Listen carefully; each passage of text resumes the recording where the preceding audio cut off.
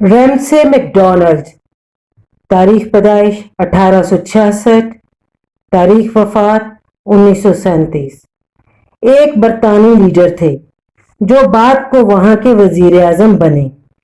ان کو عوامی تقریروں کا خاص ملکہ تھا، یعنی پبلک سپیچز میں ماسٹر تھے جس میں معنی کم اور الفاظ زیادہ ہوتے ہیں۔ ان کا تعلق انگلینڈ کی لیبر پارٹی سے تھا۔ لیبر پارٹی سر ونسٹن چرچل کی حریف تھی، چنانچہ لارڈ ونسٹن چرچل نے ایک بار ریمسے میکڈونلڈ پر طنز کرتے ہوئے کہا، "He is a man with the gift of compressing the largest amount of words into the smallest amount of thoughts." یعنی وہ ایسی خصوصیت کے انسان ہیں جو زیادہ سے زیادہ الفاظ میں کم سے کم معنی کا استعمال کرتے ہیں۔ قسمت میں میری چین سے جینا لکھ دے،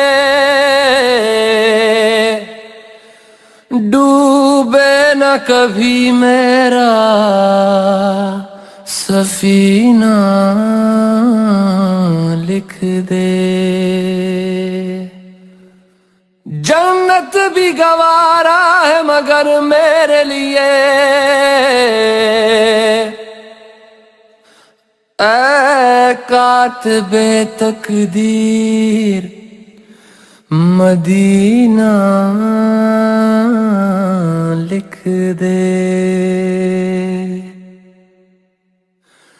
تاجدار حرم، تاجدار حرم ہو نگاہ کرم، تاجدار حرم ہو نگاہ کرم، ہم غریبوں کے دن بھی سنور جائیں گے، ہم یہ بے کساں۔ 7 مئی 2020 میں دلبر خان اور خاکی کے ساتھ باہر کھڑی تھی۔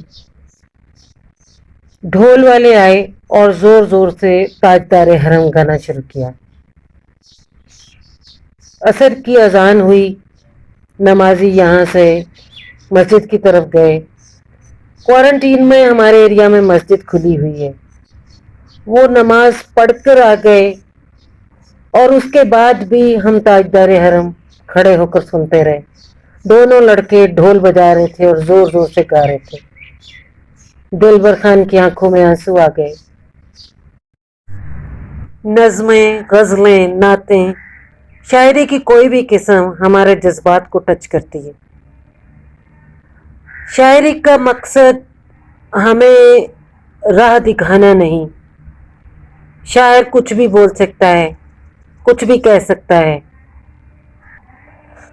اب سائنسدان کو لیجئے، سائنسدان کی زبان شاعر کی زبان سے بالکل مختلف ہوتی ہے۔ سائنسدان جس شعبہ علم میں کام کرتا ہے اس کے عین تقاضے کے طور پر وہ ایسا کرتا ہے کہ اپنے خیالات کو محتاط زبان، گارڈڈ لینگویج میں ظاہر کرتا ہے۔